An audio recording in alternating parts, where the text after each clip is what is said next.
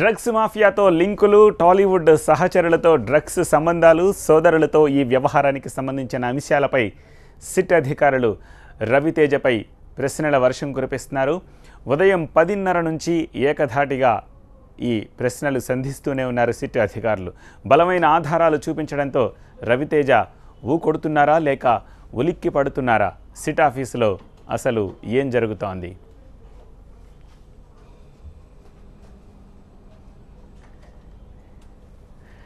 Calvin జీషాన్తో ఎన్నాళ్ళుగా పరిచయం ఉంది? వీళ్ళిద్దరితో ఎలాంటి రిలేషన్షిప్ ఉంది?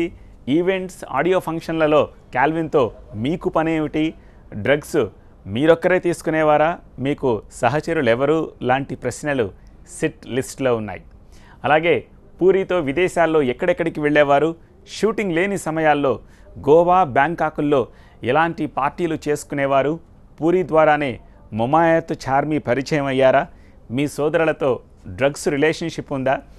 భరత్ మీకోసమే డ్రగ్స్ సప్లయర్గా అవతారం ఎత్తాడన్నది నిజమేనా? రఘుకు ఇంటర్నేషనల్ డ్రగ్స్ మాఫియాతో లింక్స్ కొనసాగుతున్నాయా? 7 ఏళ్ల క్రితం అరెస్టును మీరు తప్పించుకున్నారా అంటూ రవితేజను సిట్ బృందం ప్రశ్నిస్తోంది.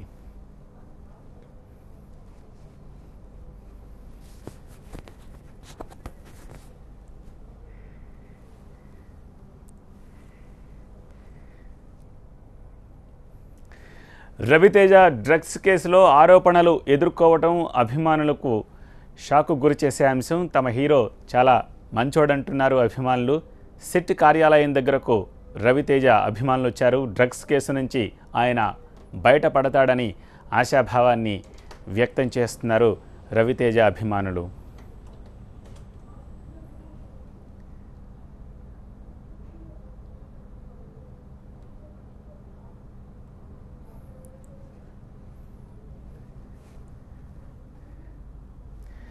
తొమ్మిదవ రోజు డ్రగ్స్ కేసు విచారణలో భాగంగా మాస్ మహారాజా హీరో రవితేజను సిట్ బృందం ఈ ఉదయం 10:30 నుంచి ప్రశ్నిస్తోంది. నిన్న ముమాయత్ ఖాన్, మొన్న చార్మి విషయంలో సాయంత్రం 5 గంటల వరకు నిబంధనను అమలు చేశారు సిట్ అధికారులు. కానీ ఇవాళ 5 దాటిన తర్వాత ఈ ప్రశ్నావళి కొనసాగుతోంది. కేవలం ఈ నిబంధన హీరోయిన్స్కి మాత్రమే అని చెప్పి దీన్ని బట్టి మనకు అర్థమవుతుంది. సో సిట్ మళ్ళీ తన పాత పంథానే ఎంచుకుందా లేకపోతే రవితేజ విచారణ మరికొద్ది సేపట్లో ముగియనుందా? ఏ విషయం తెలిసే అవకాశం కనిపిస్తోంది. ఒకవేళ పూరి జగన్నాథ్, సుబ్బరాజు, తరుణ్ వీళ్ల తరహాలో ఇన్వెస్టిగేషన్ జరిగితే రవితేజ ఇన్వెస్టిగేషన్ కూడా ఈ రాత్రి వరకు కొనసాగే అవకాశం ఉంది. లేదు, కోర్ట్ డైరెక్షన్స్ని దృష్టిలో పెట్టుకుంటే మరికొద్ది సేపట్లోనే రవితేజ ఈ సిట్ ఆఫీస్ నుంచి బయటకు వచ్చే అవకాశం కనిపిస్తోంది. ఒకసారి సిట్ ఆఫీస్కి వెళ్దాం.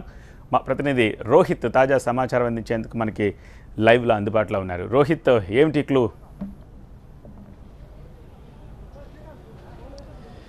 సత్య, సుదీర్ఘంగానే రవితేజ ఇన్వెస్టిగేషన్ కొనసాగే అవకాశం కనిపిస్తోంది. ఎందుకంటే ఇప్పటివరకు మనం చూసాం చార్మి అండ్ ముమైత్ ఖాన్లకు మాత్రమే 5 గంటలకి లోపులో విచారణను కంప్లీట్ చేసి పంపించేస్తారు. మిగతా వాళ్ళు శ్యామ్కే నాయన్ కానీ లేకపోతే ఆర్ట్ డైరెక్టర్ చిన్నాను కానీ వీళ్ళిద్దరినీ కూడా పంపించేస్తారు. మిగతా వాళ్ళందరినీ కూడా సుదీర్ఘంగానే విచారించారు. చార్మిని, ముమైత్ ఖాన్ని కూడా పంపించేయడానికి హైకోర్టు ఆదేశాల నేపథ్యంలోనే వాళ్ళిద్దరినీ 5 గంటల లోపల విచారణ కంప్లీట్ చేసి పంపించేశారు అని చెప్తున్నారు. ఇప్పుడు రవితేజను అయితే మాత్రం సుదీర్ఘంగానే విచారణ కొనసాగే అవకాశాలు కనిపిస్తుంది. ఇంతకుముందే రవితేజ కిందకు వస్తున్నాడేమో అని కొంచెం హడావుడి మొదలైంది. కానీ రవితేజను మాత్రం అధికారులు సుదీర్ఘంగానే విచారిస్తున్నారు. ఎందుకంటే రవితేజకు డ్రగ్స్కి సంబంధించి చాలా కాలం నుంచే సంబంధాలు ఉన్నాయి. ఇప్పటి వరకు కూడా ఎవరు నమ్మని విషయం. ఎప్పుడైతే జిసాన్ ఇంట్రోగేట్ చేసిన తర్వాత, జిసాన్ పోలీసు అధికారులు ప్రశ్నించిన తర్వాత రవితేజ పేరుతో పాటు శ్రీనివాస్ పేరు కూడా తను చెప్పడంతో ఒక్కసారిగా అందరూ కంగుతున్నారు. సో ఈ నేపథ్యంలో రవితేజను చాలా సుదీర్ఘంగానే విచారించే అవకాశం కనిపిస్తోంది. జిసాన్తో ఎన్నాళ్ళ నుంచి సంబంధం ఉంది? కొన్ని సంవత్సరాలుగానే జిసాన్తో సంబంధం ఉన్నట్టుగా చెప్తున్నారు. సో జిసాన్నే కెల్విన్ని రవితేజకు పరిచయం చేశాడు. ఈ నేపథ్యంలో ఎప్పుడు పరిచయం చేశాడు? పరిచయం చేసిన తర్వాత డ్రగ్స్ తీసుకున్నారా? కెల్విన్ మీరెవరికి పరిచయం చేశారు? అంటే చార్మి, ముమైత్ ఖాన్ ఎలా పరిచయం? పూరి ద్వారానే పరిచయమా? ఇలాంటి ప్రశ్నలు కూడా సంధిస్తున్నట్టుగా తెలుస్తుంది. సో ఎన్నో హిట్ చిత్రాలను పూరి, రవితేజ కాంబినేషన్లు అందించారు. ఎన్నో హిట్ చిత్రాలతో ప్రేక్షకులకు కిక్ను అందించిన రవితేజ అసలు కిక్కి ఎలా అలవాటు పడ్డాడు అని సిట్ అధికారులు రవితేజను ప్రశ్నిస్తూ ఉన్నారు. హాట్ సీట్లో రవితేజ చుట్టూ సిట్ బృందం ప్రశ్నల వర్షం. రవితేజ పైన ఎదుర్కొంటున్న పరిస్థితి ఇది. బయట మాత్రం అభిమానులు పడిగాపులు కాస్తున్నారు. భారీగా అభిమానులు ఇక్కడ చేరుకున్నారు. తమ అభిమాన హీరోకి ఎటువంటి మచ్చ అంటకూడదు, కేవలం రవితేజ సోదరులు మాత్రమే మాదక ద్రవ్యాలకి అలవాటు పడి ఉన్నారు, కానీ రవితేజ మాత్రం కాదు అనే అభిమానాన్ని వాళ్ళు వ్యక్తం చేస్తున్నారు అనే మాటలను వాళ్ళు వినిపిస్తున్నారు.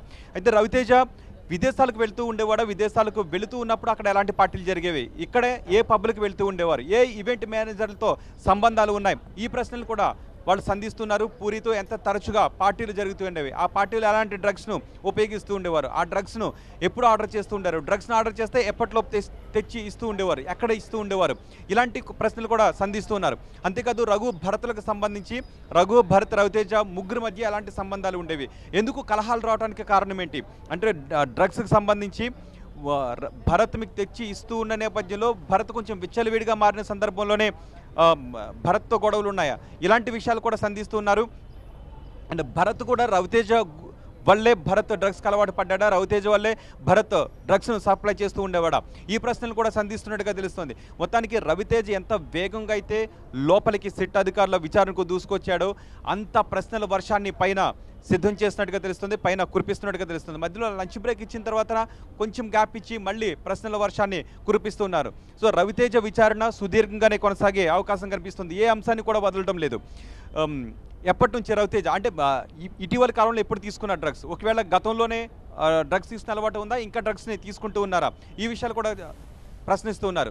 మీ వల్ల ఎవరికైనా డ్రగ్స్ని అలవాటు చేసేవారా, శ్రీనివాస్ని ఎక్కడికి పంపిస్తూ ఉండేవారు డ్రగ్స్ తీసుకోవడానికి, ఎలా తీసుకొస్తూ ఉండేవారు, అంటే డార్క్ నెట్తో కూడా ఎటువంటి సంబంధాలు ఉన్నాయి, ఎలా పే చేస్తూ ఉండేవారు, ఈ సమాచారాన్ని కూడా వాళ్ళు రాబడుతున్నారు. హైదరాబాద్లో ఏ పబ్లిక్కి వెళ్తూ ఉండేవారు, సినిమాలకు సంబంధించి డిస్కషన్స్ అయిన తర్వాత ఎలాంటి పార్టీలు చేస్తునేవారు, పూరి జగన్నాథ్ ఇంటిపైన పార్టీలు జరుగుతూ ఉండేవా, జరుగుతున్నట్లయితే ఎలాంటి పార్టీలు జరుగుతుండేవి, ఈ ప్రశ్నలన్నీ కూడా సంధిస్తున్నారు. సో రవితేజ ఇంట్రాగేషన్ ఇంకా ఎంత సమయం కొనసాగే అవకాశం ఉందన్నది తెలియాల్సి ఉందంటే ఎన్ని గంటల పాటు కొనసాగిస్తారు, కానీ సుదీర్ఘంగానే కొనసాగే అవకాశం ఉన్నట్టుగా తెలుస్తుంది. సో ఇంకా ఎన్ని గంటలు, ప్రస్తుతం నవదీప్ అండ్ తరుణ్ వీళ్ళని విచారించిన సమయం విచారిస్తారా, ఇంకా ఎక్కువసేపు విచారించే అవకాశం ఉందన్నది కూడా మరికొద్దిసేపట్లోనే తెలియబోతుంది. సత్య. రైట్ రోహిత్, అది పరిస్థితి. ఆబ్కారీ భవన్లో రవితేజ ఇన్వెస్టిగేషన్ కొనసాగుతోంది. 5 o'clockకి ఇన్వెస్టిగేషన్ ముగియలేదు అంటే కోర్ట్ డైరెక్షన్స్ కేవలం హీరోయిన్స్కి మాత్రమే పరిమితం చేశారు, మహిళా నటులకు మాత్రమే పరిమితం చేశారు, రవితేజ అండ్ కంపెనీకి కాదు అన్న విషయం అర్థమవుతోంది. దీన్ని బట్టి ఇంకా ఎంతసేపు జరుగుతుందన్నది సిట్కే తెలియాలి.